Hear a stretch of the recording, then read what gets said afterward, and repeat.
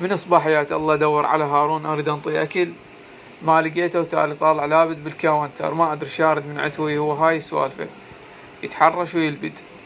المهم اريد اطلعه ما يقبل يطلع، ما ادري شو مسوي من مشكله. هنا ظل يتوسلني حتى انطيه الريوق مالته.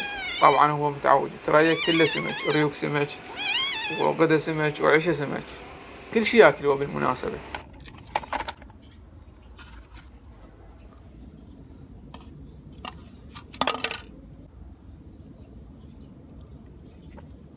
انطيته الريوق مالته وقاعد ياكل ابو بطنين، اللي يقول ما شايف اكل.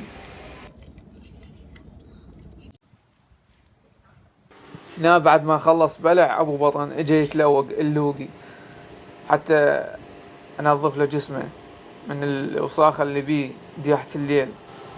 اكيد متعرف له على بزونة يروح